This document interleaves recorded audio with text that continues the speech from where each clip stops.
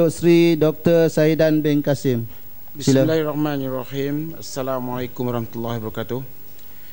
Saya bagi pihak Jabatan Perdana Menteri ingin mengucapkan terima kasih kepada Yang Berhormat yang ambil bahagian dalam perbahasan menunjuk kasih titah Seri Paduka Baginda Yang di-Pertuan Agong yang menyentuh perkara-perkara di bawah tanggungjawab Perdana Menteri. Sesungguhnya Jabatan Perdana Menteri amat menghargai pandangan, teguran, saranan dan cadangan ahli yang berhormat. Untuk maklumat ahli yang berhormat, susunan giliran Jabatan Perdana Menteri ialah bermula dengan saya, diikuti oleh Jerai, Yang Berhormat Pensiangan, Yang Berhormat Selangor, Yang Berhormat Batang Sadong, Yang Berhormat Senator Datuk Seri Wahid, Yang Berhormat Moore. Tuan Yang di-Pertua, seramai 9 ahli yang berhormat telah membangkitkan isu-isu berkaitan dengan Parlimen Malaysia. Cara berbahasnya ialah bila saya baca habis satu tajuk, lepas tu kita, kalau sekiranya ada ahli yang berhormat yang tidak berpuas hati, boleh bertanya soalan. Ya, sila. Membangkitkan isu-isu berkaitan dengan Parlimen Malaysia, iaitu Yang Berhormat Pematang Pauh, Yang Berhormat Gombak, Temerloh, Yang Berhormat Subang, Yang Berhormat Lemah Pantai, Yang Berhormat Perang Serai, Yang Berhormat Sepang, Yang Berhormat Keluang, Yang Berhormat Ipoh Barat. Terima kasih di atas keperhatian Yang Berhormat. Mengenai saranan agar ahli parlimen diberi kemudahan penyidikan, ruang kerja yang kondusif dan saranan agar ahli-ahli parlimen diberi peruntukan dan sumber-sumber seperti penyelidik dan juga bantuan staf. Untuk maklumat ahli yang berhormat, dalam projek ubah suai dan naik taraf bangunan parlimen, ruang kerja untuk ahli-ahli yang berhormat sekalian akan disediakan di dalam blok baru yang akan dibina. Mengikut perancangan, keseluruhan projek dijangka akan siap pada akhir tahun 2016.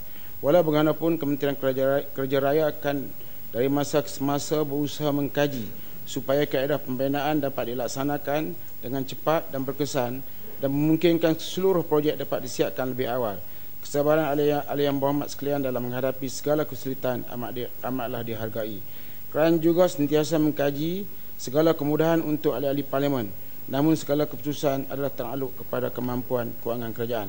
Dalam pada itu, menjedari beban tugas dan tanggungjawab ahli parlimen yang semakin mencabar, Yang Amat Berhormat Perdana Menteri dalam ucapan Belanjawan Negara 2012 pada 7 Oktober 2011 telah pun mengumumkan bahawa kerajaan telah bercadang untuk mengkaji cadangan kenaikan allowance bulanan serta allowance dan kemudahan lain bagi ahli parlimen dengan syarat cadangan tersebut dipersetujui oleh semua ahli parlimen, kerajaan, pembangkang dan juga bebas. Walau bagaimanapun sebab cadangan tersebut mendapat bantahan daripada Yang Berhormat Pematang Pauh, Yang Berhormat Bagan, Yang Berhormat Gombak dan Yang Berhormat Kubang Krian, maka kerajaan pada 10 Oktober 2011 telah memutuskan untuk menarik balik cadangan tersebut. Dalam hubungan ini, kerajaan bersedia menimbang untuk mengkaji semula saraan dan keistimewaan ahli yang berhormat, ahli-ahli parlimen pada masa yang sesuai kelak, dengan syarat semua ahli parlimen bersetuju serta takluk kepada boleh minta penjelasan. Ya, tajuk tak habis lagi, Ustaz. Oleh yang demikian, sebarang cadangan kepada ahli yang berhormat untuk menaik taraf kadar elang ahli parlimen boleh dibawa ya, nak habiskan isu ni dulu boleh jawab. Boleh baru mencelah. Baru-baru ini Dewan Undangan Negeri Sarawak telah menuliskan rang undang-undang pension gratuiti ahli-ahli pentadbiran dan ahli DUN 2013 yang menyaksikan kenaikan lebih 200%. Di antara yang dapat keistimewaan ini ialah Yang Berhormat Kuching.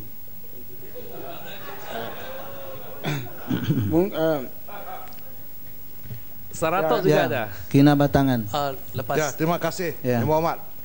Sebetulnya saya boleh kira mewakili rakan-rakan lah Yang Berhormat Menteri. Jadi kita meminta kerajaan mempertimbang secara serius mengenai dengan apa ini kenaikan allowance ahli-ahli parlimen Malaysia ini, termasuk pembangkang Siarap, Pematang Pauh ini kali tidak lama membantah. Sebab apabila dibantah, kita yang jadi mangsa sebetulnya.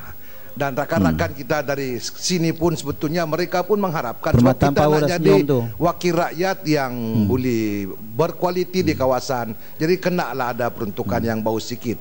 Jadi harap Yang Berhormat Menteri tolong panjatkan kepada pihak kerajaan supaya dapat dilaksanakan kalau boleh tahun ini juga. Ya, Subang. Minta penjelasan. Yang Berhormat Subang, perkara yang sama. Yang Berhormat kena batangan. Minta penjelasan Yang Berhormat Menteri. Perkara yang sama. Perkara yang sama. Sekejap lagi saya bagi. Saya jawab ini dulu. Okey. Kenaikan di Sarawak sebenarnya minta maaf 300%. Ya. Dan yang Berhormat Perdana Menteri sedang Untuk menyaksikan makluman persidangan allowance parlimen paling rendah di seluruh dunia di Malaysia lah. Ya. Parlimen Malaysia lah paling rendah di seluruh dunia. Ya. Maldives pun negara kecil allowance-nya 25,000. Ya. Terima kasih Tuan Yang di-Pertuan, terima kasih pada Yang Berhormat Menteri Subang. laluan untuk minta penjelasan. Tadi Yang Berhormat Menteri sebut tentang bantahan daripada pemimpin Pakatan Rakyat dan terhadap kenaikan gaji dan allowance. Saya rasa perlu disebut di sini apakah alasan sebenarnya bantahan kita. Sebab kita jelas dengan keperluan sebenarnya untuk ahli parlimen daripada dua-dua pihak adalah allowance spesifik khusus untuk pusat khidmat kita, staf dan perbelanjaan pusat khidmat, dan juga tambah kaki tangan untuk membantu dalam kerja kita di parlimen, iaitu sebagai contoh dengan izin research services, researcher ataupun secretarial services. Itu yang kita perlu. So apa yang kita minta pada masa itu dan tidak disetujui pada masa itu oleh pihak kerajaan, dan sebab itu kita sama-sama bincang peruntukan itu. Sebab itu kita minta secara dasar kita terima, kita mesti ada, tapi bukan untuk gaji kita sendiri, tetapi allowance yang cukup untuk menanggung perbelanjaan itu. Dan Tuan Yang di Speaker, Tuan Speaker, ini adalah selaras yang saya sudah sebut dalam perbahasan. Ini selaras. Dengar dulu. Ini untuk kedua-dua. Okey. Ini adalah selaras dengan amalan di semua parlimen yang moden, di mana parlimen Malaysia masih kebelakangan, di mana kita tidak beri staf kepada semua, tak kira mana kerajaan atau pembangkang, semua dapat yang Okey. Jadi saya rasa kita sedia untuk membincang pendekatan begitu dan bagi kenaikan dalam pendekatan itu. Saya minta penjelasan. Tanjung Karang. Tanjung Karang, sila. Saya nak minta pendapat Yang Berhormat Menteri dengan alasan-alasan daripada pihak sebelah sana untuk banyak PKR ni. PKR ni parti yang merentah Selangor. Saya nak tanya Yang Berhormat, penjelasan Yang Berhormat atau pandangan Yang Berhormat. PKR ni dia cakap berputar-putar. Di Selangor pada tahun 2008. Di Selangor tahun 2008 mereka naikkan allowance adun-adun dia. Dalam tahun yang sama apabila di parlimen ini dicadangkan untuk naikkan allowance di parlimen. Batu. Ini apa ni? Batu. Dengarlah. Batu. Sekejap. Batu, Yang Mama Batu. Tanjung Karang sekejap. Dua-dua duduk je. Dua-dua duduk je. Dua-dua wakil rakyat. Ini bila Yang Berhormat Menteri beri laluan pada Tanjung Karang, ahli yang lain jangan ganggu. Tengok peraturan 41. Okey? Sila. Saya hanya nak merasa Yang Berhormat Menteri bahawa Pakatan Rakyat ni satu parti yang putar belit. Sebab saya kata demikian, dia dawak dengan negeri Selangor waktu kerajaan Selangor mencadangkan kenaikan allowance adun-adun dia daripada 4,000 ke 6,000 kalau saya tak silap. Tapi dalam tahun yang sama, masa yang sama, apabila parlimen nak mencadangkan kenaikan allowance parlimen, yang mendapat tentangan daripada PKR. Ini menunjukkan mereka ni double standard, sentiasa double standard. Bila dia memerintah semua boleh. Bila kita nak buat tak boleh. Apa pandangan Yang Berhormat? Adakah perlu kita nak dengar cakap-cakap orang double standard ni? Ini saya ingat Yang Berhormat Menteri, saya ingat kedua-dua pihak ni bersabarlah. Ini bersabar untuk kelebihan kita semua. Tak payahlah kita bertikai dalam hal-hal kepentingan kita semua. Jadi sila Yang Berhormat.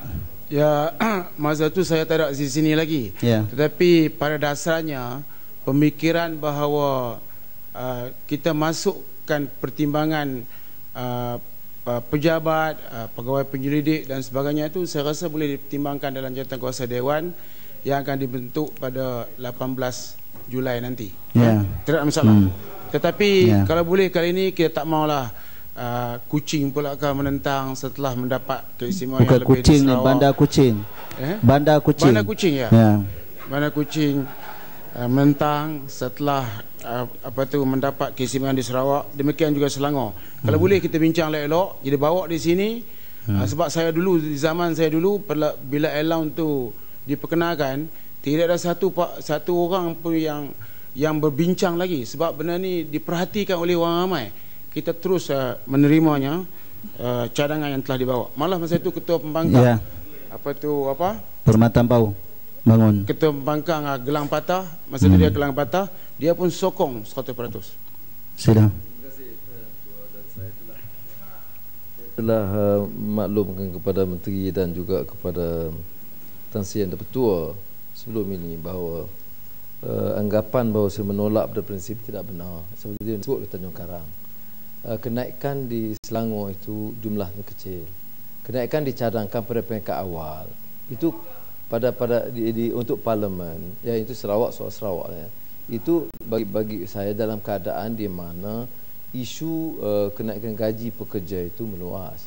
Kemudian saya usulkan kepada speaker supaya diambil kira semua isu, termasuk kemudahan yang diperlukan dalam menjalankan tugas, bukan sahaja tertakluk kepada allowance.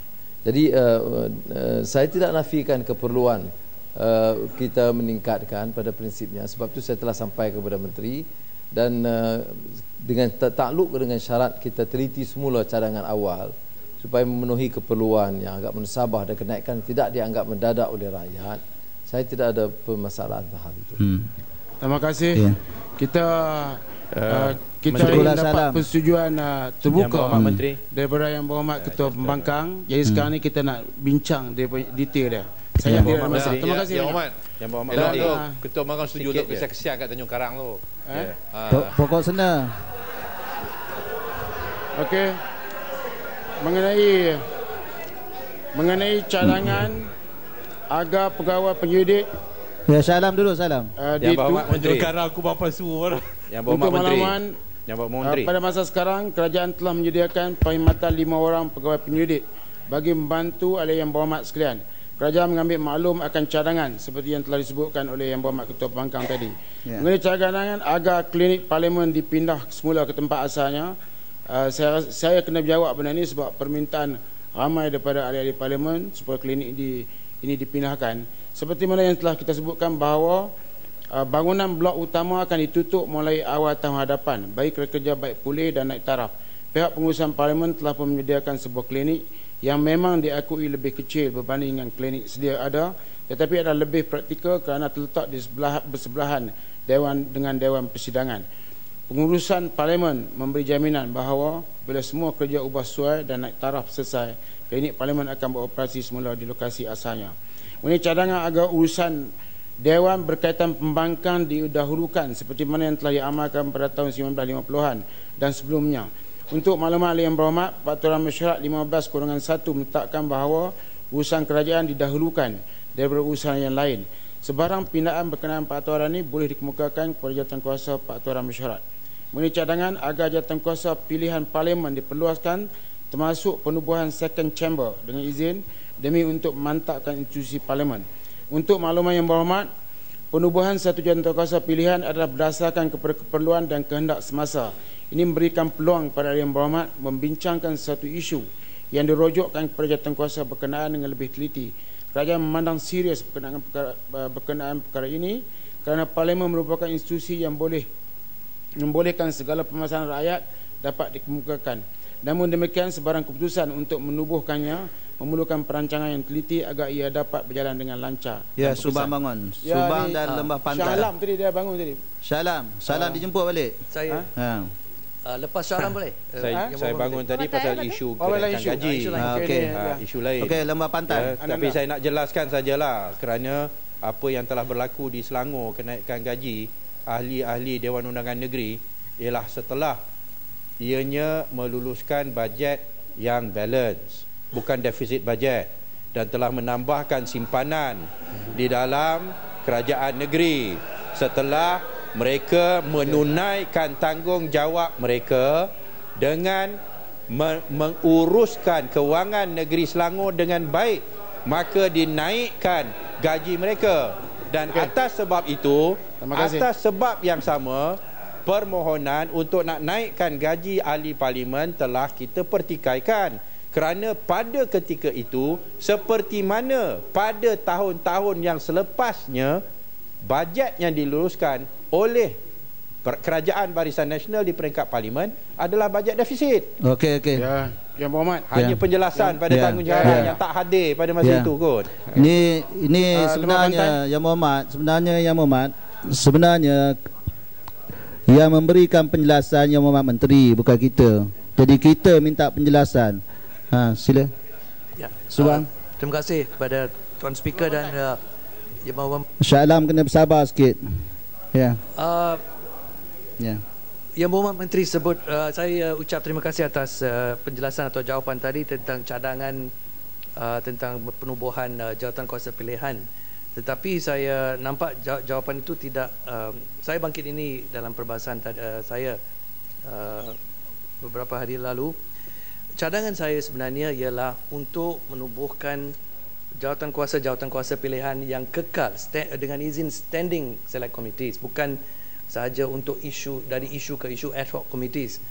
Jadi itulah yang cadangan saya, sebab itulah amalan di hampir semua parlimen-parlimen moden, termasuk yang mengamalkan sistem Westminster seperti Australia, Kanada, India dan sebagainya, ataupun yang bukan Westminster sebagai jiran kita Indonesia. Semua parlimen moden buat itu.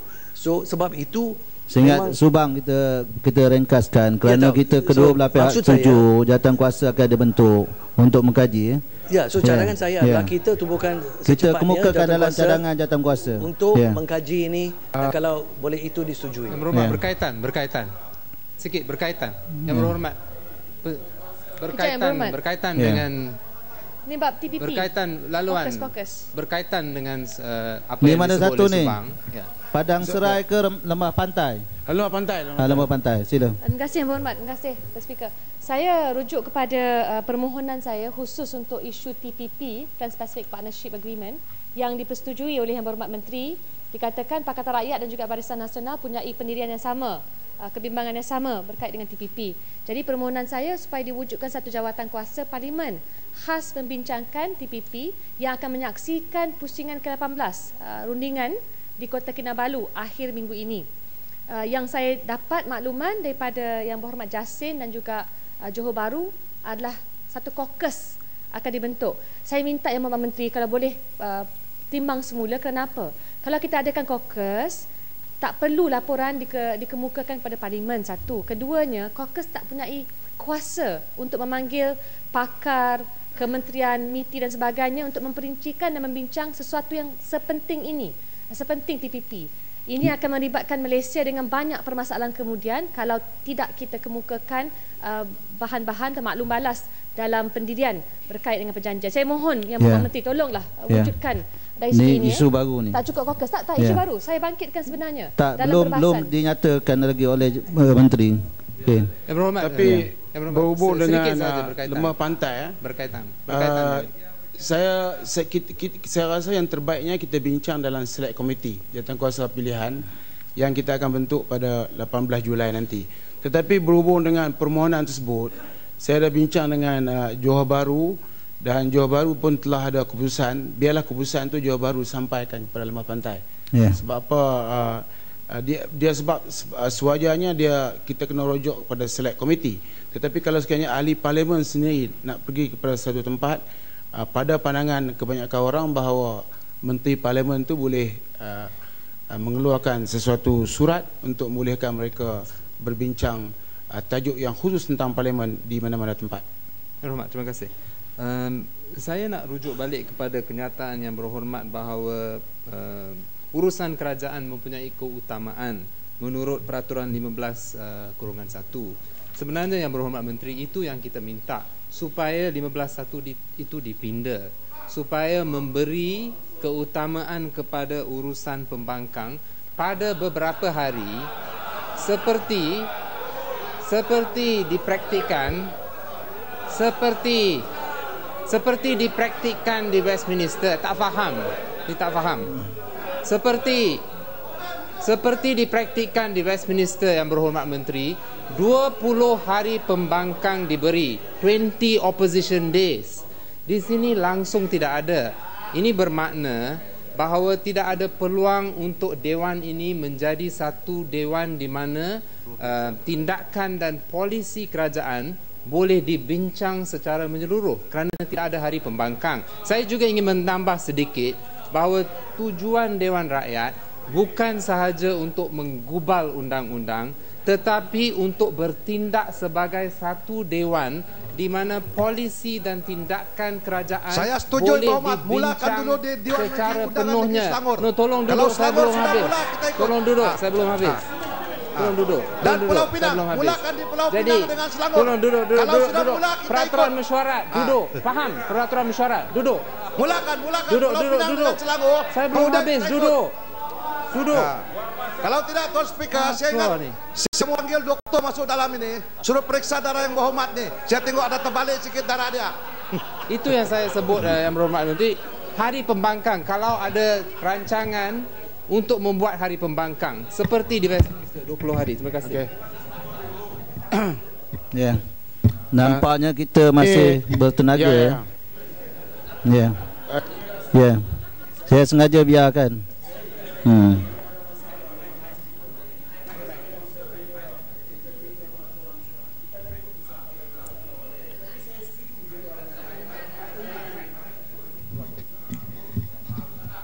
Tapi saya setuju cara yang baik daripada pihak kerajaan tadi, bahawa kita cuba tengok di Pulau Pinang dengan Selangor. Kalau sekiranya Pulau Pinang dengan Selangor membenarkan pembangkang diberi keutamaan, saya ingat kita boleh bawa benda ni untuk dibincang dalam Dewan Rakyat. Mengenai cadangan jawatan kuasa pilihan parlimen.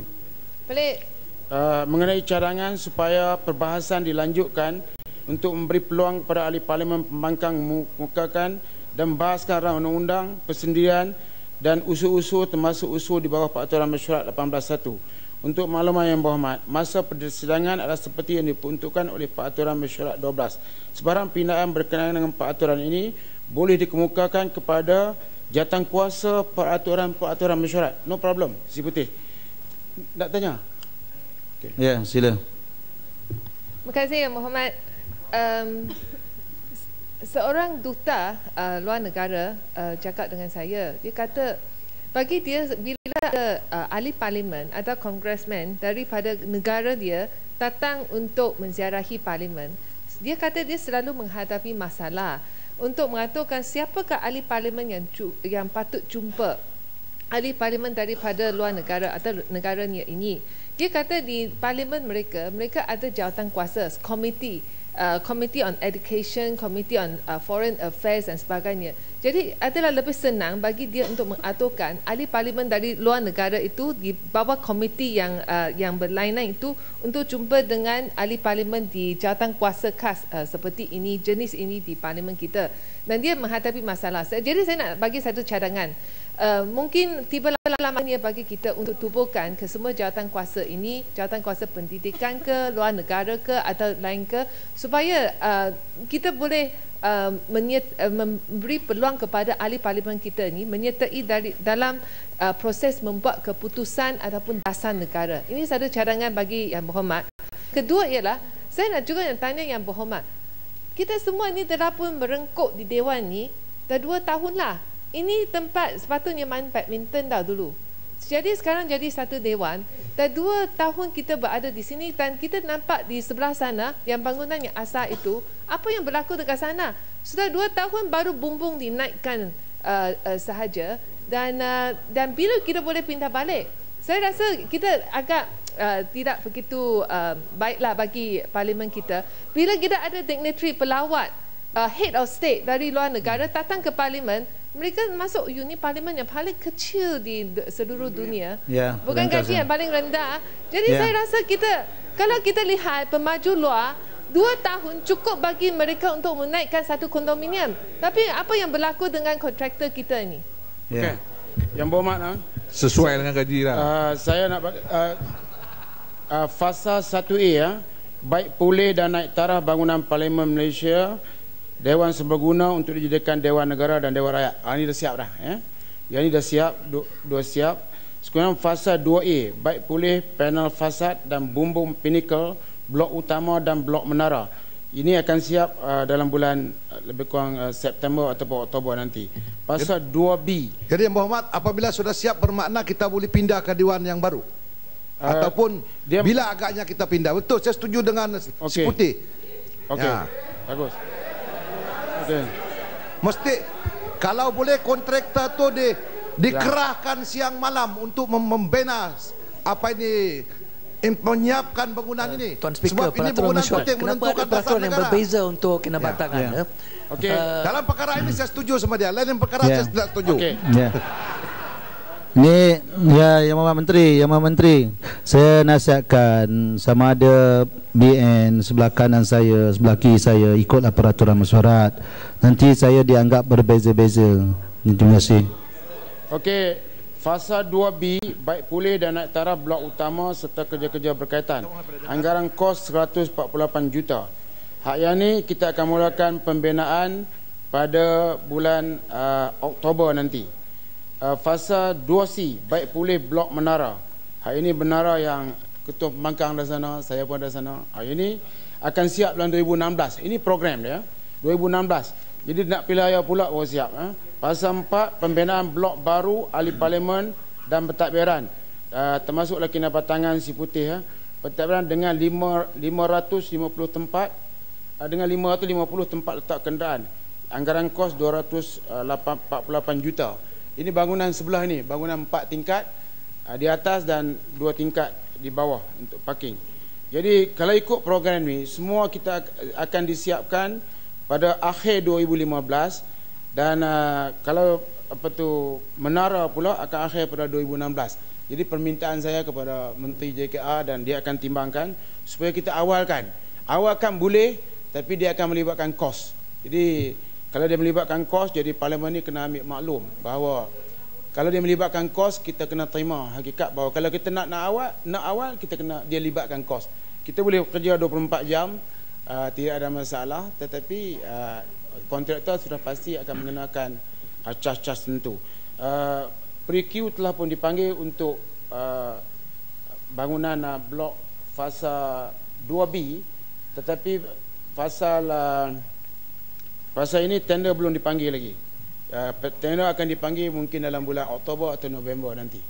Jadi kita telah minta supaya semua kerja-kerja ini dibuat serentak supaya ianya boleh disiapkan di akhir tahun 2015. Mengenai cadangan peraturan mesyuarat 4144, peraturan Majlis Mesyuarat Dewan Rakyat dikaji semula supaya ahli-ahli parlimen dapat membuat pemilihan yang dipetua Dewan Rakyat dengan sulit dan telus. Untuk maklumat ahli yang berhormat, pada masa ini kaedah memilih tuan yang dipetua adalah seperti yang diperuntukkan oleh peraturan mesyuarat 4. Sebarang pindaan berkenaan peraturan ini boleh dikemukakan kepada jawatankuasa peraturan mesyuarat. Dia tidak ada masalah, dia terbuka. Pembangkang jangan ingat bahawa yang ini semua kerajaan yang kontrol, tidak. Sebab sekarang ni saya tengok jawatankuasa, di zaman saya pembangkang cuma seorang saja. Tapi sekarang ni kita ada dalam bentuk 6-4. Jadi 6 barisan, 4 pembangkang. Jawatankuasa pilihan select committee kita akan usul pada 18 bulan ini, yang sudah pastilah akan melibatkan ketua pembangkang dan juga lain-lain orang. Jawatankuasa ini kita akan pilih 2 jawatankuasa dulu, iaitu PAC dan jawatankuasa pemilih. Jawatankuasa pemilih itu akan melantik jawatankuasa yang lain. Jadi tidak ada masalah. Wakil pembangkang ada di sana, kemudian wakil barisan, mereka boleh berbincang yang dipengusikan oleh yang dipetua Dewan Rakyat. Mengenai cadangan agar jawatankuasa khas dan tetap parlimen serta PAC haruslah mesyuarat 3 kali setahun. Dia tidak ada masalah. Ini mengikut keperluan. Kalau sekiranya mereka nak 4 kali atau 5 kali, mereka yang tetapkan. Jadi ini tidak masalah. Ini kita minta sekurang-kurangnya 3 kali setahun. Tetapi kalau mereka memikirkan bahawa ianya perlu dibuat lebih daripada itu terpulang kepada jawatankuasa yang berkenaan. Mengenai saranan agar ahli parlimen ditadbir secara bebas oleh pejabat yang dipetua Dewan Rakyat. Untuk maklumat ahli yang berhormat, yang dipetua Dewan Rakyat adalah bertanggungjawab dalam urusan dan perjalanan Dewan Rakyat, yang mana ia tertakluk pada perlembagaan persekutuan, peraturan Majlis Mesyuarat Dewan Rakyat dan juga konvensyen yang berkaitan. Oleh yang demikian, yang dipetua hanya dipandu dan bertindak di bawah peruntukan undang-undang dan konvensyen yang telah dinyatakan. Putih. Mengenai cadangan supaya sesi soal jawab dihadkan kepada 35 saat. Setiap soalan seperti yang diamalkan di Parlimen Kanada Untuk malam hari yang berhormat, masa bagi pertanyaan-pertanyaan jawab lisan adalah seperti yang terkandung dalam peraturan mesyuarat 24.5. Sebarang pindaan peraturan ini boleh dikemukakan pada jawatankuasa peraturan mesyuarat. Ya, seperti. Ya, apa ni? Sila. Terima kasih, Tuan Speaker. Kerajaan Negeri Selangor menawarkan yang pengurusi PAC itu kepada Ketua Pembangkang lah di Selangor. Jadi boleh saya cadangkan yang pihak kerajaan juga menawarkan pengurusi PAC ini kepada Ketua Pembangkang Parlimen. Ya. Apa tu, usul ni rahsia sehingga hari Khamis depan. Jadi sekarang saya nak bagi tahu pun tak boleh. Jadi rahsia. Jadi kita akan dengar. Sudah pasti akan ada kehadiran pembangkang dan juga barisan sekali. Tapi kita akan buat usul cuma untuk apa tu, pengurusi dan timbalan pengurusi saja. Kemudian yang ahli-ahli yang lain akan diputuskan kelak. Mengenai cadangan supaya sesi, saya juga mengucap terima kasih Habib Rakyat Parlimen. Sekarang ini saya ucap terima kasih kepada 8 ahli yang berhormat yang telah membangkitkan isu berkaitan dengan ICU, iaitu yang berhormat Temerloh, Keluang, Kuala Nerus, Sungai Siput, Tanjung, Subang, Kota Baru dan juga Kubang Krian. Berkenaan dengan isu mengenai peranan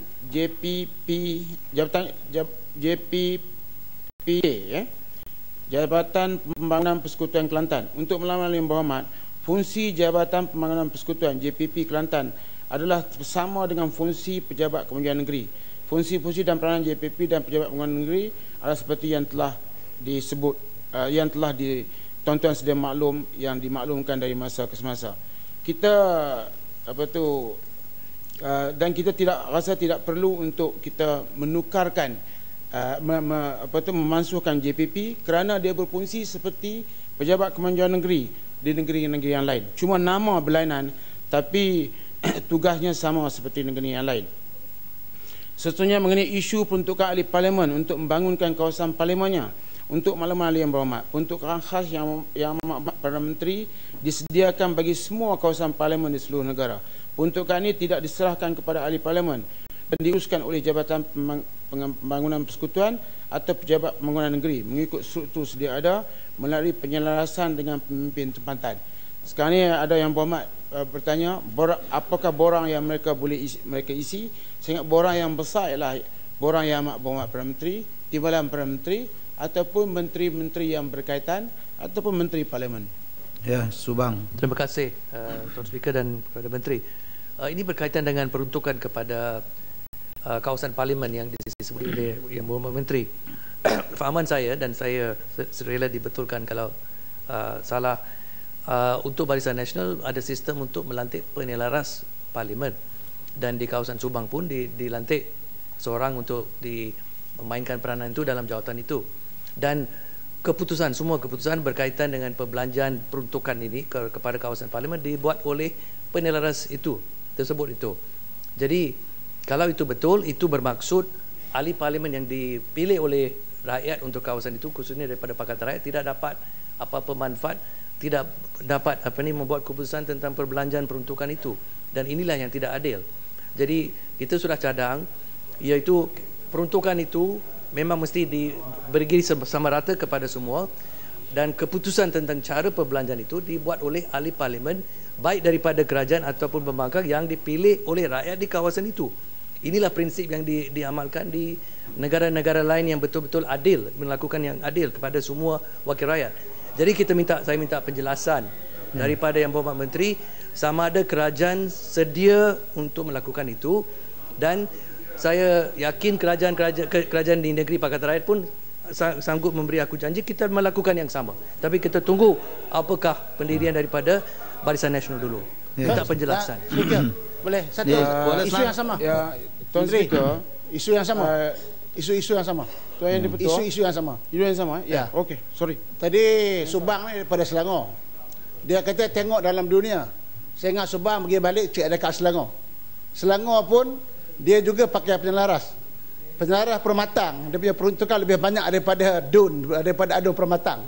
Mana adilnya?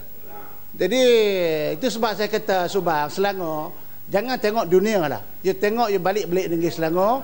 Adakah Selangor buat seperti yang mana yang Berhormat cakap? No, tajuk. Ya, Menteri. Tuan Speaker, saya minta saya nak tanya Yang Mohd Menteri bagi laluan. 20 saat. Nanti sekejap, saya nak jawab ini. Ya, Yang Mohd Menteri tak bagi laluan. Yang pertama sekali, sebagai wakil rakyat, kita berkehendakkan projek itu dilaksanakan di kawasan kita. Kita tak kiralah siapa yang melaksanakan itu, nombor dua. Tapi nombor satu, kalau kita tak pernah cakap pasal kontraktor ke ataupun orang yang beri projek, kita cakap pasal projek itu sendiri. Contohnya longkang, kita sebut longkang, kita tak sebut yang lain. Jadi sekarang bila tiba-tiba longkang sedia ada, itu keadilan. Tapi kalau sekiranya dia minta longkang, kita bagi sungai, itu tak adil lah. Jadi sebagai contoh, jadi keadilan di sini, Yang Berhormat patut berterima kasih. Sebab apa? Sekurang-kurangnya tanpa pegawai khas ataupun pembantu, kerajaan tiba-tiba bagi seorang pegawai untuk tolong Yang Berhormat. Itu sesuatu yang cukup bermakna. Walaupun Yang Berhormat pembangkang, tiba-tiba projek berjalan. Kami hak barisan ni belum tentu lagi, tapi Yang Berhormat dah confirm ada pegawai tolong lagi. Jadi tanpa research officer yang dibayar oleh Yang Berhormat, kerajaan tolong. Itu patut ucap terima kasih kepada kerajaan. Itulah keadilan. Tapi Yang Berhormat Menteri, saya ucap terima kasih memberi laluan. Ini bukan saja berkaitan dengan longkang dan sebagainya.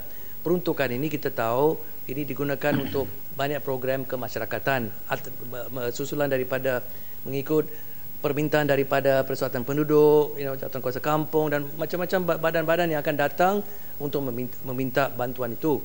Ini bukan saja dengan longkang dan infra itu lain. So isu dia ialah isu yang sama. Keputusan beri pada siapa dan semua dibuat oleh siapa. Dan inilah yang saya sudah cadangkan, ini perlu dibuat oleh ahli parlimen atau wakil rakyat untuk kawasan itu, baik daripada kerajaan ataupun pembangkang.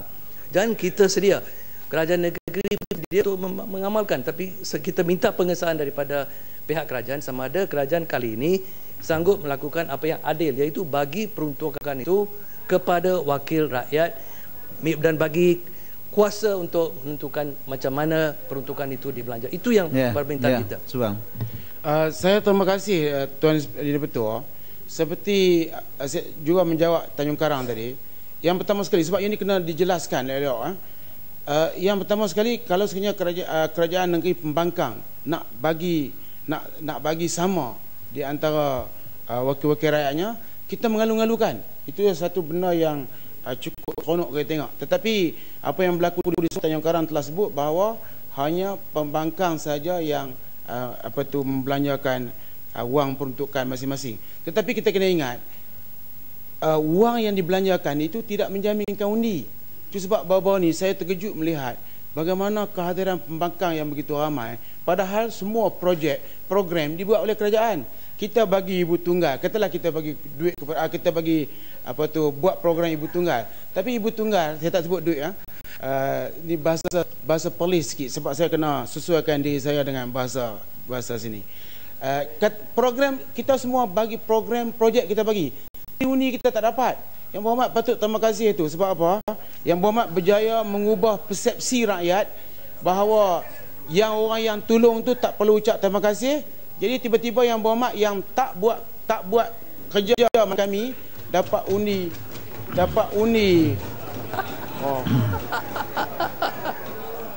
Oh ni sudah bagus, tepuk tangan. Ini minta penjelasan apa maksud tak buat kerja tanpa buat kerja, tiba-tiba kita dapat undi ya. Sebagai contoh, ada 2-3 kawasan yang saya tahu yang kerajaan telah macam Kelantan ya, kerajaan belanja begitu banyak, tetapi tak dapat undi. Jadi Yang Berhormat patut ucap terima kasih. Kerajaan tolong bagi keadilan, lantik pegawai, lantik jawatan kuasa pembangunan persekutuan di Kelantan, undi dapat kat pembangkang. Patut ucap terima kasih.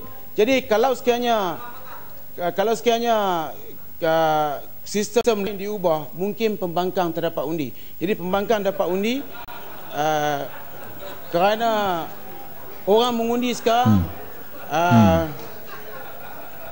sekarang berdasarkan persepsi. Tetapi mungkin lepas ini orang berubah, Allah Subhanahu Wa Taala mengubah hati-hati insan yang sentiasa berdoa kepadanya, semoga berubah dan jadi manusia yang lebih bersyukur. Bukan saya nak kira undi nak bagi kalau boleh bagi kat barisan ya. Undi kau nak bagi dekat siapa pun okey. Menteri. Tetapi biarlah dia jadi manusia yang bersyukur. Panjang lagi. Oh Saya ada dua fasa Yang Mohd Speaker. Ini jawab tentang jabatan-jabatan lain di Parlimen.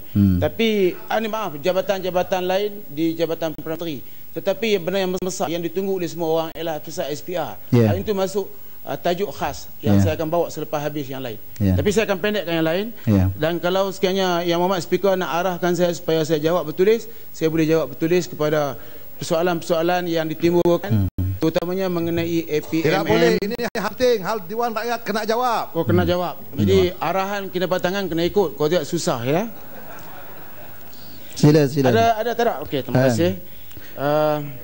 Mengenai kajian ICU supaya dikaji semula, saya ingat saya telah menjawab tadi bahawa betapa pentingnya peranan ICU. ICU bukan saja mengagihkan projek-projek kecil ini, tetapi ICU telah terlibat dalam penyelarasan projek-projek. Sebagai contoh, Datuk Speaker, macam ICU memberi maklumat kepada kita bahawa projek-projek di Kelantan kita sediakan projek sekian banyak, ICU yang selaraskan. Sebab kalau kita tak ada penyelaras, kita akan susah sebab semua jabatan akan belanja, tapi kita tak tahu siapa yang boleh selaraskan dari segi pengambilan tapak, kemudian pelaksanaan projek dan sebagainya. Jadi kehadiran ICU sangat penting. Malah kalau nak perbesarkan ICU ni lagi penting. Saya bersyukur sebab saya merasai mendengar masa tu saya student lagi, di zaman Tun Razak, ICU ni merupakan satu badan yang cukup penting. Dan gambar-gambar yang tengok Allahyarham Tun Razak turun tangga berjalan ke kampung itu ialah hasil peranan ICU. Dan sekarang ini diikuti dengan hebatnya oleh Perdana Menteri sekarang. Tinggi-tinggi Tuan Yang Dipertua, saya juga ingin mengucap terima kasih kepada 7 orang ahli yang berhormat yang telah membangkitkan isu-isu berkaitan dengan JPA, Jabatan Permintaan Awam, iaitu Rantau Panjang, Bukit Gantang, Kubang Pasu, Bentong, Tanjung Piai, Air Hitam dan juga Tanjung. Berkenaan dengan umur pasaran terutama wanita dikaji mengikut kesesuaian dan juga sektor pekerjaan. Untuk maklumat ahli yang berhormat, dasar-dasar kerajaan berkaitan dengan persaraan dan faedah persaraan termasuk umur persaraan wajib memang dikaji dari masa ke masa untuk mengambil kira keadaan yang berubah-ubah berkaitan dengan keperluan sumber manusia sektor awam. Kajian ini dimaksudkan melibatkan semua pihak yang berkepentingan, iaitu mengambil kira keperluan hal-hal seperti peluang pekerjaan bagi generasi muda serta kos membayar faedah persaraan kepada pesara kerajaan. Selain daripada itu, pegawai yang mempunyai masalah kesihatan, saya ingin menjejaskan prestasi pemerintahan, kerajaan boleh menghendaki mana-mana pegawai dibesarkan atas sebab kesihatan. Selain daripada itu, semua pegawai kerajaan boleh memohon untuk bersara pilihan pada bila-bila masa apabila mencapai umur 40 tahun dan 10 tahun perkhidmatan sekiranya ingin menerima ganjaran dan juga pencen. Mengenai saranan agar kerajaan meletakkan tugas membasmi dadah sebagai agenda penting dalam senarai tugas pegawai daerah. Untuk makluman ahli yang berhormat, pegawai daerah selaku ketua daerah adalah bertanggungjawab dalam pembangunan daerah dan hak ehwal tanah. Beliau juga menyelaraskan semua kegiatan agensi kerajaan persekutuan dan negeri dalam usaha membangunkan daerah masing-masing dan menyerahkan semua program kerajaan persekutuan dan negeri di peringkat daerah. Antara lain tugas pegawai daerah ialah termasuk mengetuai dan menangani masalah dadah di peringkat daerah. Tuan Yang Dipertua, mengenai gesaan ahli yang berhormat supaya penjawat awam lebih fokus untuk menyelesaikan masalah rakyat. Untuk masalah yang berhormat, kerajaan sentiasa memastikan bahawa pemerintah awam dapat memberikan perkhidmatan terbaik kepada rakyat. Bagi meneruskan momentum transformasi dalam usaha memantapkan penyampaian perkhidmatan, kerajaan telah memperkenalkan 6 prinsip utama, iaitu cepat, tepat, integriti, produktiviti, kreativiti dan inovasi atau sinonimnya dikenali sebagai CTI PCI. Prinsip-prinsip ini perlu dihayati dan dibudayakan oleh semua peringkat penjawat awam untuk lebih fokus dan berinovatif serta sentiasa mencetuskan idea-idea baru yang lebih bernas dalam memberikan perkhidmatan kepada rakyat. Seterusnya berkenaan dengan cadangan agar kerajaan beri peluang sewajarnya kepada bukan bumiputera dalam urusan kenaikan pangkat. Untuk maklumat yang berhormat, urusan kenaikan pangkat dalam sektor awam adalah berdasarkan merit dan tidak terikat untuk memenuhi sebarang kuota kaum. Ini bagi memastikan pegawai naikkan pangkat dalam pemerintah awam adalah terdiri pada pegawai yang kompeten dan berkelayakan. Asas pertimbangan merit mengambil kira kriteria seperti berikut. kecakapan dan prestasi kerja pegawai, dan juga kelayakan, pengetahuan, kemahiran dan juga pengalaman, sifat-sifat peribadi termasuk disiplin, integriti, bebas dari tindakan tertetik, keupayaan, potensi kepimpinan serta kesesuaian penempatan pegawai, kegiatan luar dan juga sumbangan pegawai itu kepada negara dan masyarakat. Jadi makna kata kalau di sekolah dipanggil co-curriculum. Jadi pegawai juga mesti terlibat dengan sumbangan mereka dalam masyarakat, dan ini dimasukkan dalam senarai kenaikan pangkat. Mengenai isu beasiswa diberikan kepada pelajar bukan putera bagi melanjutkan pelajaran di dalam dan luar negara, dan seterusnya mengambil mereka bekerja dalam pemerintah awam setelah tamat pengajian. Untuk maklumat ahli yang berhormat, pada masa ini pemberian beasiswa kerajaan yang dikendalikan oleh Jabatan Pemerintah Awam telah mengambil kira pelajar dari kaum bumi putera dan juga bukan bumi putera yang cemerlang bagi melanjutkan pengajian di dalam dan juga luar negara. Saya telah membuat jawapan bertulis kepada persoalan yang telah ditimbulkan. Bagi menjawab isu mengenai pengiktirafan dengan izin Unified Examination Certification UEC, untuk maklumat ahli yang berhormat, proses penilaian dan pengiktirafan kelayakan oleh kerajaan adalah bagi maksud pelantikan ke dalam perkhidmatan awam. Pengiktirafan ini merangkumi kelayakan di peringkat sijil, diploma dan ijazah sarjana muda yang ditawarkan di institusi pengujian tinggi dalam dan juga luar negara. Kerajaan berpendirian bahawa untuk UEC diiktiraf sebagai kelayakan untuk memasuki pemerintah awam, keperluan berikut mestilah dipenuhi oleh Malaysian Independent Chinese Secondary School MICSS sebagai pengelola UEC. Di antaranya termasuklah mematuhi dasar pelajaran kebangsaan, kurikulum UEC mestilah sama dengan kurikulum kebangsaan. Murid yang mengambil UEC wajib memperoleh keputusan kredit dalam Kertas Bahasa Malaysia pada peperiksaan sijil pelajaran Malaysia. Piawaian dan kawalan di atas peperiksaan UEC hendaklah sama dengan piawaian sistem peperiksaan kebangsaan. Dan pelaksanaan UEC melalui sekolah menengah Presiden China perlulah selaras dengan arus perdana pendidikan negara ini yang bukan sahaja menekan aspek menjadian murid yang diukur melalui pentaksiran sahaja, tapi juga memastikan proses integrasi nasional berlaku di peringkat pendidikan menengah. Kerajaan berkeyakinan sekolah merupakan platform terbaik bagi murid-murid sekolah ini untuk menyemai dan menghayati nilai-nilai perpaduan dan toleransi selaras dengan aspirasi falsafah pendidikan kebangsaan. Yang Amat Tuan Yang Bertuah, selama 3 ahli yang berhormat telah membangkitkan isu-isu Agensi Penguatkuasaan Maritim Malaysia APMM. Berkenaan dengan saranan agar APMM diletakkan di bawah Kementerian Pertahanan. Untuk maklumat ahli yang berhormat, tugas-tugas APMM lebih mirip kepada tugas polis yang mana agensi ini melaksanakan penguatkuasaan undang-undang Malaysia di perairan maritim Malaysia sehingga 200 batu nautika zon ekonomi eksklusif Malaysia EEZ, iaitu dengan pelantikan sebagai sole agensi bertanggungjawab di perairan maritim Malaysia pada tahun 2008. APMM juga bertanggungjawab melaksanakan pemantauan dan penguatkuasaan undang dari pelbagai agensi seperti Jabatan Perikanan, Custom, Jabatan Laut, Jabatan Alam Sekitar dan juga Jabatan Immigration. Oleh itu, jika APMM diletakkan di bawah Kementerian Pertahanan, ianya kurang sesuai kerana tugas APMM lebih menjaga keselamatan dalam negara perairan maritim Malaysia, bukannya menjaga kedaulatan negara, iaitu tugas-tugas ketenteraan. Mengenai tahap keselamatan kawasan perairan pantai yang mudah diceroboh masuk oleh warga asing atau pengganas, dan ingin penjelasan mengenai keperluan pembelian radar bagi mengawasi pesisiran serta peralatan ketenteraan sebagai langkah untuk menjaga keselamatan negara. Untuk maklumat yang berhormat, keselamatan perairan negara. Untuk maklumat ahli yang berhormat, APMM telah mewujudkan 8 sektor rondaan di perairan timur Sabah. Semua sektor ini dikawal dan dipantau sepanjang masa dengan rondaan berkala oleh 7 buah kapal maritim, 7 buah bot maritim dan sebuah pesawat udara APMM. Operasi rondaan maritim ini dilaksanakan bersama-sama aset TRDM dan TUDM. Jumlah hari rondaan di laut APMM dari 1 Februari hingga 30 Jun 2013 ialah 1,502 hari. Sepanjang tempoh tersebut, APMM telah membuat 2,313 pemeriksaan dan melibatkan 68 kes tangkapan. Sejumlah 33 kes tangkapan adalah melibatkan kemasukan pendatang asing tanpa izin parti seramai 168 orang. Seterusnya, pembinaan sistem pengawasan laut Swasla Sabah adalah sebahagian daripada program pembangunan jangka panjang APMM. Jadi ada yang berhormat telah sebutkan bahawa berlaku penyeludupan dan sebagainya, saya ingat dia kes tertentu. Kita tak boleh kerana kes itu kita nak terus tukar APMM mesti masuk bawah kementerian lain dan sebagainya. Kita kes tertentu khusus kita rujuk pada APMM dan kita akan ambil tindakan. Malah apa yang telah ditimbulkan oleh yang berhormat dalam parlimen ini, APMM telah ambil tindakan untuk membuat penguatkuasaan di sempadan Sabah dan juga Indonesia.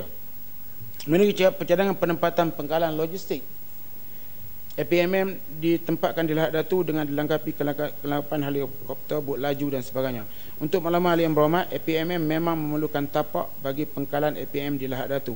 Ini adalah bagi meningkatkan upaya APMM dalam melaksanakan tugas-tugas penguatkuasaan serta mencari dan menyelamat. APMM perkara ketiga ini masih dalam proses untuk mengenal pasti tapak yang sesuai.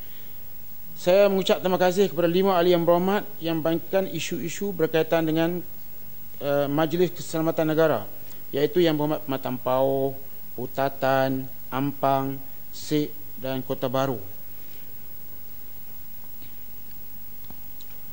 Mengenai cadangan bahawa Eskom wajar ditempatkan di seluruh kepulauan negara. Untuk malam-malam yang berhormat, pengujuran Zon Selamat Sabah Timur atau dengan izin Eastern Sabah Safety Zone S-Zone di kawasan Timur Sabah merangkumi 10 daerah: Kudat, Marudu, Pitas, Beluran, Sandakan, Kinabatangan, Lahad Datu, Kunak, Sempurna dan Tawau. Ada diasaskan di bawah Ordinan Pemeliharaan Keselamatan Awam 1962. Zon ini diwujudkan bagi mengukuhkan keselamatan, ketenteraman awam dan kesejahteraan di kawasan Timur Sabah. Pusat pemerintahan S-Zone terletak di Lahad Datu, Sabah. Eskom pula ditubuhkan Sabah dengan izin. Eastern Sabah Safety Command Eskom pusat pemerintahan S-Zone terletak di Lahad Datu, Sabah, dan Eskom ialah agensi yang mengelolakan S-Zone tadi. Penubuhan zon ini adalah atas keperluan keselamatan semasa yang lebih mendesak dan tertumpu pada kawasan Timur Sabah. Berhubung dengan soalan bahawa apakah dengan penubuhan Eskom ini Sabah selamat. Jadi kita dah maklumkan bahawa penubuhan Eskom ini ialah untuk menghadapi ancaman luar dan berhubung dengan jenayah, ianya adalah dalam Sabah. Jenayah itu adalah Kementerian Dalam Negeri yang akan mengambil tindakan untuk mengurangkan jenayah dari masa ke semasa. Mengenai pemakaian garis panduan bencana yang dikeluarkan oleh Majlis Keselamatan Negara, ini telah pun dijawab oleh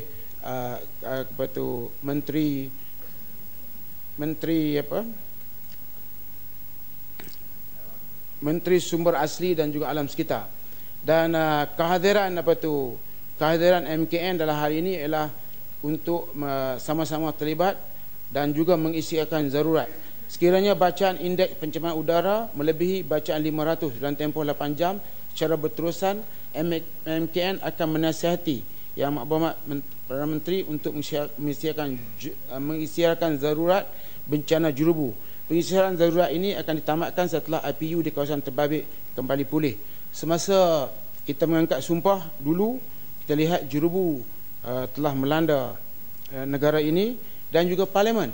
Tetapi kita lihat Yang Berhormat Pembangkang dan juga sebahagian daripada orang yang hadir di Padang Merebuk berani menghadapi jurubu, dan saya menunggu IPU tu 500 untuk mengisytiharkan darurat. Tapi IPU tak naik 500, dia cuma dekat 200. Tetapi kita lihat berlaku keadaan di mana bila sekolah-sekolah menutup sekolah walaupun jurubu dalam IPU 200. Tetapi kita kena ingat bahawa Yang Berhormat Timbalan Perdana Menteri telah maklum bahawa sesiapa yang nak tidak mahu anaknya pergi ke sekolah boleh berbuat demikian walaupun sekolah belum ditutup. Sekiranya mereka memikirkan bahawa keadaan jurubu mungkin dia berlainan, mungkin dekat rumah dia, dekat taman rumahnya itu jurubu nampak kuat, tempat lain kurang dan sebagainya. Itu pulang. Ini kelonggaran yang telah diberi oleh pihak kerajaan kepada semua pihak yang terlibat dengan jurubu. Mengenai cadangan agar kerajaan mengambil suatu pendekatan efektif terhadap pelayan Rohingya di Ampang agar dapat dikawal dengan sistematik. Yang ini untuk Matlamat Yang Berhormat, kerajaan telah mengiktiraf status pelarian, tidak mengiktiraf status pelarian, memandangkan Malaysia bukan negara ahli kepada konvensyen mengenai status pelarian 1951 dan juga protokol 1967. Di kalangan 147 negara ahli, hanya Cambodia dan Filipina merupakan negara ASEAN yang telah menjadi negara ahli kepada konvensyen dan juga protokol ini.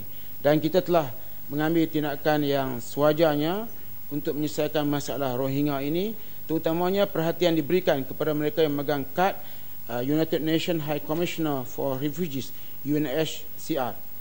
Mengenai pertanyaan berkenaan pengurusi jawatankuasa keselamatan negeri di negeri pembangkang, saya rasa ini telah pun kita jawab tadi. Ini JKKN. Untuk Matlamat Yang Berhormat, pembentukan persekutuan menurut peruntukan perlembagaan persekutuan Malaysia iaitu pembahagian kuasa yang jelas tertulis, iaitu yang tertulis di antara kerajaan persekutuan dengan kerajaan negeri. Dalam jadual ke-9 terdapat 3 senarai, iaitu senarai persekutuan, senarai negeri dan juga senarai bersama. Perkara berhubung dengan keselamatan dalam negeri terletak di bawah bidang kuasa senarai persekutuan. Sehubungan itu tidak timbul isu negeri pembangkang dianaktirikan kerana jawatankuasa keselamatan negeri JKKN adalah satu jawatankuasa yang membincang masalah-masalah yang berkait dengan keselamatan dalam negeri, yang melihat kepada keselamatan sebuah negara secara keseluruhan. Apa-apa keputusan mesyuarat jawatankuasa keselamatan negeri diambil tindakan sewajarnya untuk kepentingan keselamatan negeri dan juga keselamatan negara secara keseluruhannya. Berhubung dengan Prima, tadi kementerian telah menjawab, dan saya ingin menyentuh perkara yang telah ditimbulkan oleh Yang Berhormat Labis, Tanjung dan juga Yang Berhormat Kuala Selangor. Terima kasih. Langkah-langkah kerajaan untuk menyelesaikan masalah penjawat awam berpendapatan 3,000, dia berpendapatan bawah 3,000 tetapi masih tidak mampu membeli rumah prima. Tuan Yang Di-Pertua, berdasarkan kepada kekeringan rengkung, saya kena perlahankan balik enjin saya. Untuk Matlamat Yang Berhormat, keperluan perumahan golongan berpendapatan rendah yang punya pendapatan bulanan bawah 2,500 sebulan ditangani oleh Jabatan Perumahan Negara. Syarikat Perumahan Negara Berhad SPMB yang dipengerusikan oleh Yang Berhormat Mersing dan kerajaan-kerajaan negeri dan juga kerajaan-kerajaan negeri. Walau bagaimanapun, tidak ada program yang sedia ada bagi mereka dalam golongan berpendapatan sederhana, iaitu di antara 2,500 hingga 7,500. Golongan ini juga tidak layak membeli rumah yang dikhaskan untuk golongan berpendapatan rendah dan tidak mampu membeli rumah-rumah di pasaran. Oleh yang demikian, rumah-rumah prima adalah terbuka kepada semua individu atau keluarga, suami dan isteri dengan pendapatan purata bulanan isi rumah antara 2,500 hingga 7,500. Harga rumah yang ditawarkan adalah di antara 100,000 dan juga 400,000 dan ia tertakluk pada lokasi, jenis rumah dan juga spesifikasi yang telah dijawab dengan panjang lebar tadi. Berhubung dengan agar projek perumahan prima dibangunkan di kawasan Parlimen Kuala Selangor, seperti yang telah disebutkan oleh Yang Berhormat Menteri tadi, bahawa perhatian diberikan kepada kawasan bandar dan juga kawasan pinggir bandar. Walau bagaimanapun, kalau sekiranya ada permohonan khusus daripada pihak daripada Kuala Selangor, saya ingat benda ini boleh dibincang dengan pihak Prima. Seramai 7 orang ahli Yang Berhormat membangkitkan isu-isu am dan pentadbiran Jabatan Perdana Menteri, iaitu Berhormat Penampang, Keluang, Puchong, Batu Kawan, Lembah Pantai, Bukit Bendera, Lenggong dan Lenggong. Terima kasih di atas semua. Berkenaan dengan cadangan agar tadau keamatan diumumkan sebagai cuti umum nasional. Untuk Matlamat Yang Berhormat, kerajaan tidak berhasrat untuk menambah bilangan hari kelepasan am yang ada sekarang, iaitu 13 hingga 14 hari bagi hari kelepasan am persekutuan, manakala hari kelepasan negeri-negeri antara 3 hingga 5 hari. Ini menjadikan jumlah hari kelepasan am yang dinikmati di negeri-negeri termasuk wilayah persekutuan adalah antara 17 hingga 19 hari. Bukan cadangan agar diadakan pemilihan ahli Dewan Negara melalui penubuhan Suruhanjaya Siasatan Diraja untuk mengkaji kaedah melantik ahli Dewan Negara.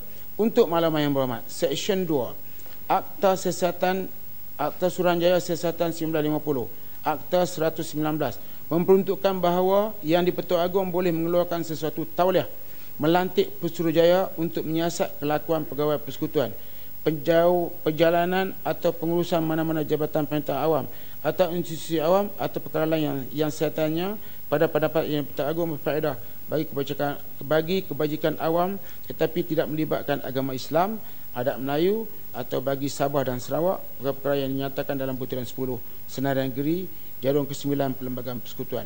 Dewan Negara merupakan salah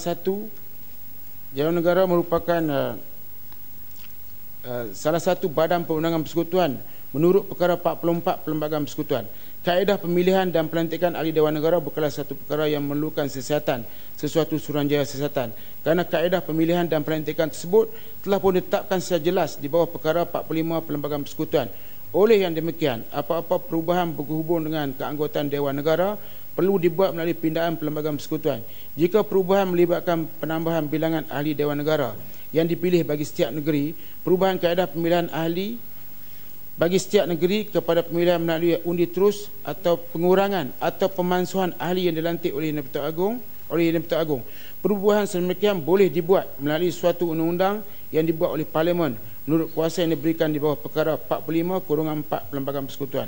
Keberkesanan Dewan Negara tidak bergantung semata-mata kepada kaedah pemilihan dan pelantikan ahli-ahlinya, kerana ahli-ahli Dewan Negara melaksanakan fungsinya selaras dengan sumpah yang diangkat mengikut jadual ke-6 Perlembagaan Persekutuan, iaitu dengan menumpahkan taat setia yang sebenar kepada Malaysia, memelihara, melindungi dan bertahankan Perlembagaan Persekutuan.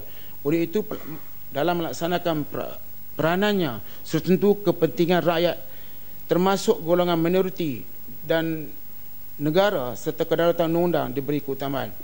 Mengenai penjelasan peruntukan Jabatan Perdana Menteri adalah RM14.6 bilion berbanding dengan Parlimen Malaysia hanya menerima RM82 juta.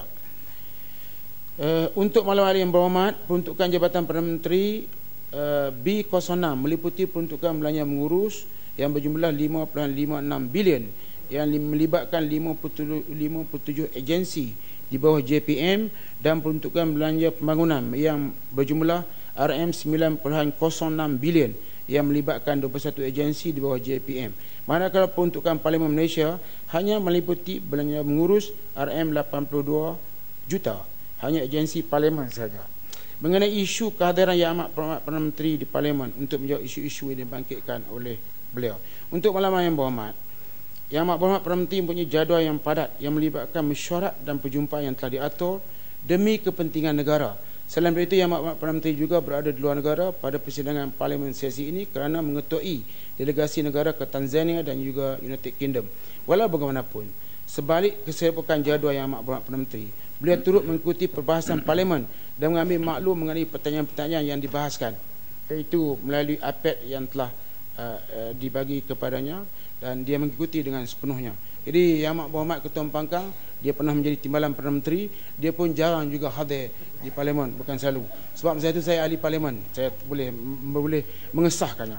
Mengenai isu, boleh cek rekod, Yang Hormat, boleh cek rekod saya berlepas bentang bajet tak pernah tak hadir bila Ketua Pangkang ulas. Boleh cek rekod.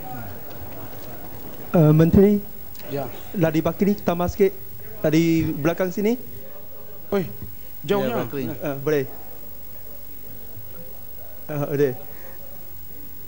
Terima kasih Menteri dan Speaker memberi peluang kepada Bakri. Di sini saya nak tanya Menteri, dalam sistem Westminster sekarang, Perdana Menteri akan menjawab kepada soalan-soalan yang dibangkitkan dalam satu sesi khas pada setiap hari Rabu jam 5 petang. Semasa kita sebut transformasi, adakah langkah-langkah diambil untuk melaksanakan sesi tersebut supaya Perdana Menteri boleh menjawab sendiri mengenai perkara-perkara yang berkaitan dengan Jabatan Perdana Menteri dan bukan menunggu 7 orang menteri di Jabatan Perdana Menteri untuk menjawab soalan yang dibangkitkan oleh ahli-ahli Dewan. Minta penjelasan. Pertama,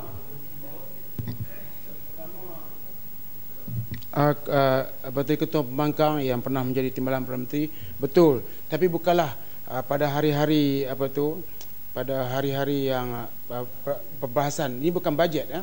Perbahasan begini dia hadir semua. Dia pun sibuk, cukup sibuk. Dia rajin bekerja, dia sibuk. Jadi kesibukannya itu menyebabkan dia tidak dapat hadir. Saya nak jawab tu dulu apa ni apa? Bakri. Bakri. Kita selalu membandingkan dengan Great Britain, tapi saya akan ada yang jawapan pasal SPR. Tapi kadang-kadang cara Great Britain kita tak ikut. Contohnya macam dalam keputusan pilihan di Great Britain.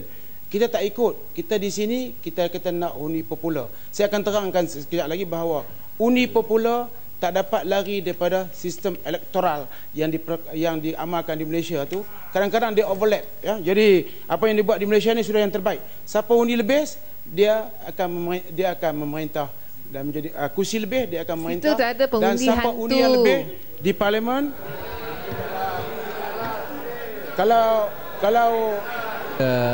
hantu banyak putih 300,000 hantu lebih di parlimen dia akan jadi wakil rakyat walaupun satu undi. Kita pernah ada di Kelantan dulu cuma satu undi boleh jadi wakil rakyat dan malah kerajaan Kelantan pernah memerintah dengan hanya satu kerusi dan wakil rakyat tu menang 2 kerusi. Jadi kita kira 2 undi, dua undi. Macam si putih dia undi kawasan yang terbesar saya tu, yang paling tinggi undi di Malaysia. Tetapi si putih dengan Arau dapat 1,000 lebih, dia dapat 52,000. Adakah si putih kita nak cari 52 orang untuk wakil si putih? Seorang juga satu undi, satu tapi yang Muhammad Menteri Great Britain ada media bebas. Undi popular seperti yang Kinabatangan sebut. Kalau si sistem putih yang adil bertanding di Arau pasti sudah kalah. Saya bertanding si putih, saya kalah. Jadi satu-satu kursi saja. Si putih satu orang, Syahidan satu orang. Ya, sila. Terima kasih Tuan Speaker. Jadi tentang tadi yang Berhormat Si Putih punya sebut, ini unti hantu punya Jadi saya di sini mau tanya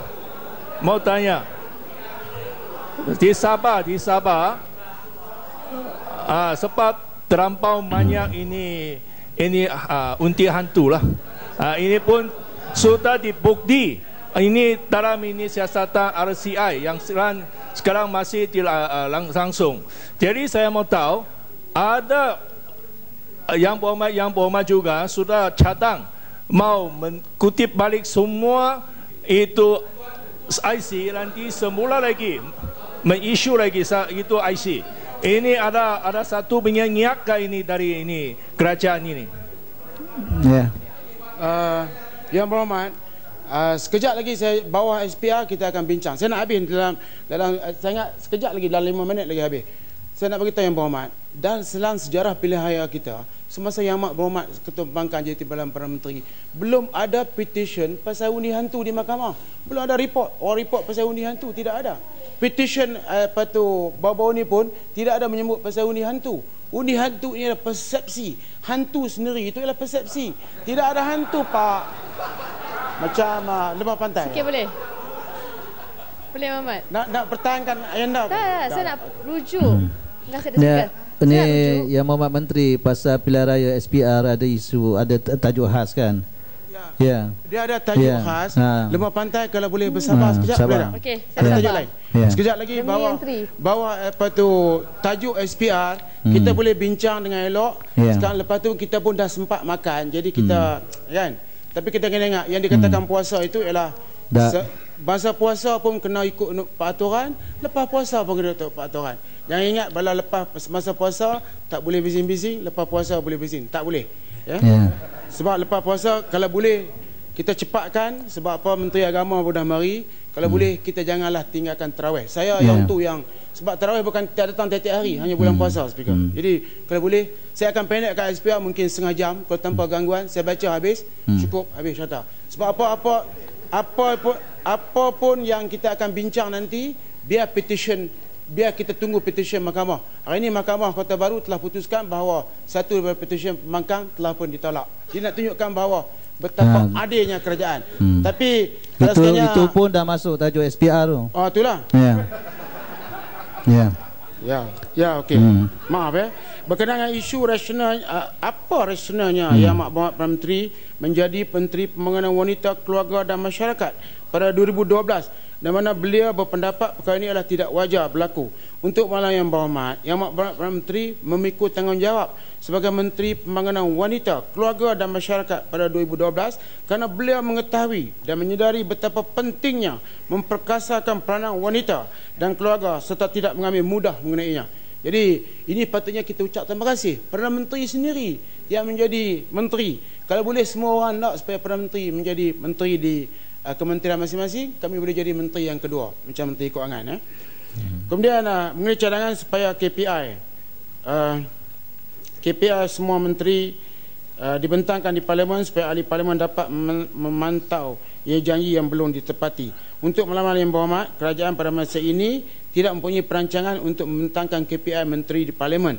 Namun, kerajaan akan mengkaji mengenai kepentingannya dan tidak menolak akan membentangannya pada masa akan datang.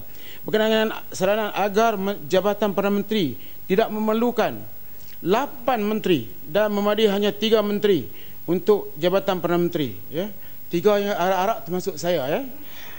Untuk malam yang ahli yang berhormat, 8 menteri yang telah dilantik oleh Perdana Menteri di Jabatan Perdana Menteri terdiri daripada mereka yang berpengalaman dan ahli teknokrat. Kepelantikan mereka sebagai menteri di Jabatan Perdana Menteri dikayakini mampu memacu Malaysia menuju negara maju berpendapatan tinggi pada menjelang tahun 2020.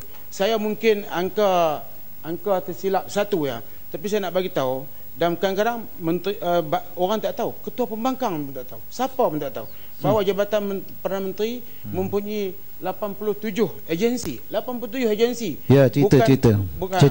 Ya, jadi 87, 8 menteri tak cukup. Saya ingat 15 menteri lagi bagus berkenaan dengan saranan. Tetapi kita kena menang banyaklah pilihan raya, saya rasa boleh direview balik. Sebab 87 agensi ini tak mungkin dapat dijaga oleh 8 menteri. Dan kita pun sekarang ni kerja-kerja kita agak bertambah kerana penubuhan beberapa agensi baru yang telah diwujudkan untuk memacu pembangunan negara. Contohnya macam IRDA dan juga dan lain lagi ialah di antara agensi yang letakkan di bawah Jabatan Perdana Menteri. Mengenai pelantikan Yang Berhormat Bagan Datuk sebagai Menteri Dalam Negeri, walaupun terdapat laporan polis dibuat terhadap beliau dan kes sedang berjalan di mahkamah. Untuk malam yang berhormat, pemilihan Menteri Kabinet merupakan hak dan tanggungjawab Yang Berhormat Perdana Menteri. Sebarang kes mahkamah yang masih belum disabitkan sebarang hukuman tidak menjadi kehalangan kepada individu tersebut untuk dilantik sebagai Menteri Kabinet sekiranya mereka mempunyai kredibiliti dan juga kemampuan. Penjelasan mengenai sama ada IM4U merupakan penjenamaan semula program Rakam Muda. Tadi telah dijawab oleh Menteri belia. Sebagai tambahan, untuk maklumat ahli yang berhormat, IM4U merupakan sebuah organisasi yang ditubuhkan oleh kerajaan untuk menggerakkan belia-belia negara ini terlibat dalam aktiviti kesukarelawanan yang membina negara. Walaupun kedua-dua program Rakam Muda dan IM4U bertujuan untuk membentuk nilai-nilai yang murni di kalangan belia di negara ini, pendekatannya adalah berbeza, di mana IM4U memberi fokus kepada aktiviti sukarelawan dan menggunakan platform media sosial untuk penglibatan belia. Pasukan kacang merah tu tak masuk dalam ni. Kalau masuk saya rasa mungkin dia tak buat macam tu.